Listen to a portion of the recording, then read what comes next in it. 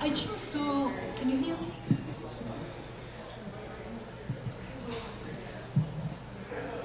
I chose to speak about gender and the Arab Spring.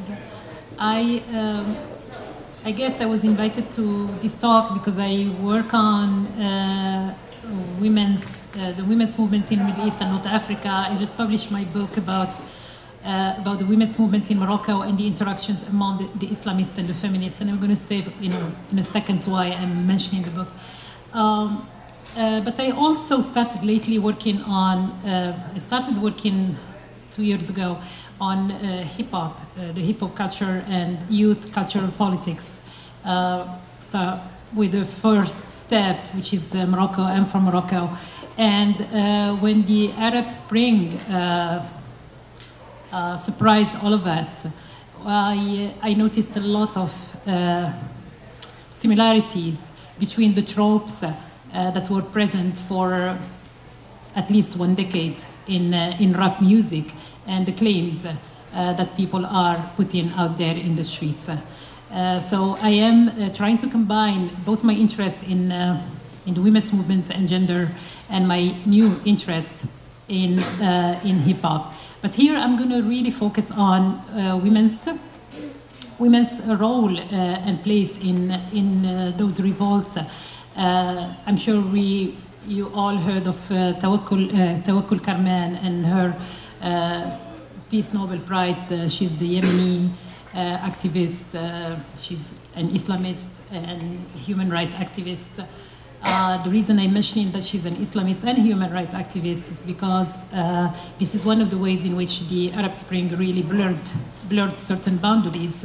A lot of the boundaries and binaries that we used to use when we are trying to think about society and what's happening in terms of the relationship between the public and the private, the secular and the religion and the religious.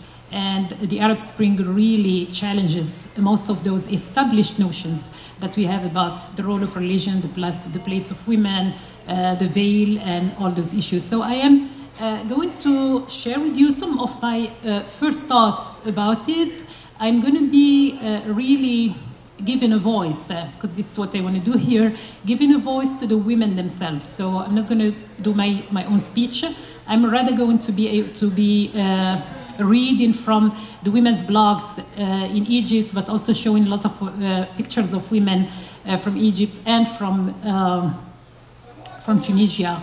I'm not going to speak about Morocco because Morocco is kind of an ongoing dynamics of protest. It has been there for 2 decades, I would say. It has been there more forcefully probably since the 90s, especially with the sustained movement of protest by the unemployed, in which the women are also very present. So I'm not going to talk about Morocco and the February 20th movement, but if there was an interest, I can talk about that. So let me just start by saying that the sight of women, we all saw that the sight of women leading the chants where men were responding, they're present at the fore, you can see it from here, the front queue facing tear gas bombs. We've seen Yemeni women drinking from the water brought to the protesters, and this is something I saw. It was they drink from the water, they bring to the protester before they get it inside, before they let the water inside of the tents and the places where people are camping, because they want to try the water on themselves to make sure that the food and the water is safe before they get it to people. We've seen also Syrian women calling for regime change from their completely isolated, besieged villages. Tunisian women demanding more rights and jobs for their kids. Iraqi mothers, and that's something was at the very beginning, there was this little movement by Iraqi women, Iraqi mothers, to demand the release of political prisoners, but the way they did it, they went out in women clothing in a way to invoke role switching and incite the men to get out. So, and that was a very interesting thing to see. Like, if you are not women, if you are not men, we will be the men and we'll go out. If you are not willing to do anything. So that's the message. It wasn't a vast movement, but it was there.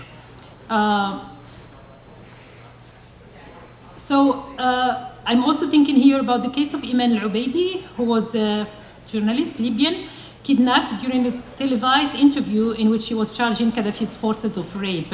So we've seen all of those cases. And as I said earlier, really the Arab Spring challenges most established notions about gender, the women's place in Arab society, their agency and power.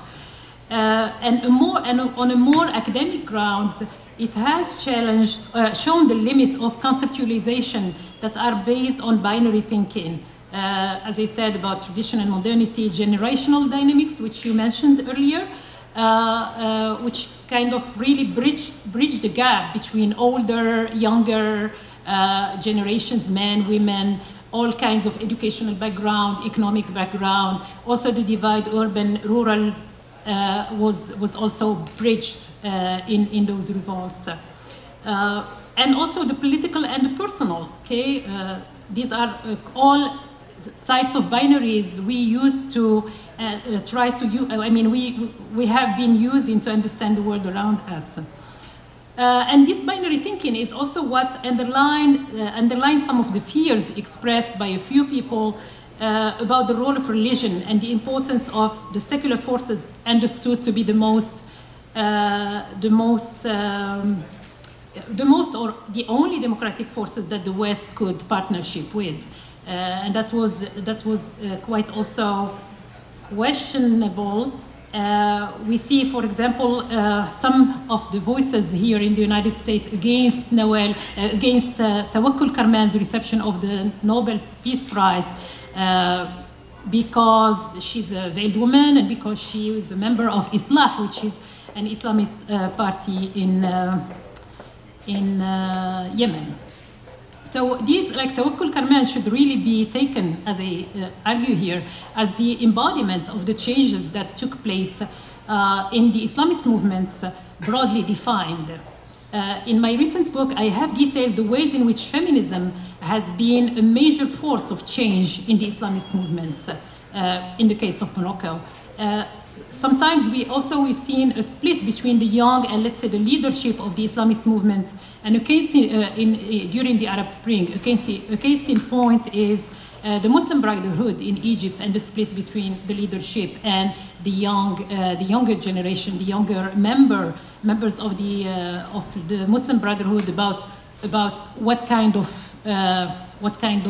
position to take on the revolution, with the leadership kind of holding back and the youngest generation wanting to be part of it since the very beginning. So these are some of the first thoughts that I wanted to share with you. But before, I would just like to reiterate again that the Arab Spring has not only challenged most established notions about gender and women, the public sphere, the private, the public, but also conceptualization based on the binaries of the secular and the religion, and the issue of generational dynamics, class formations and divisions, and so on and so forth. But one cannot ignore the role of the social media, especially in Egypt, in the formation of these new political communities and new political subjectivities of both men and women. But here I'm going to be focusing on the women. These new political communities were not framed by the old political categories of partisan politics. So the political parties did not necessarily play a major role at the beginning. Neither did the unions, though one can probably think of the Al-Mahalla al-Kubra strike in Egypt as something that really sparked the revolution very earlier than January 2011. So the Egyptian revolution, for example, was long played on the virtual spaces created by blogging, by the bloggers and Twitters and Facebookers, as I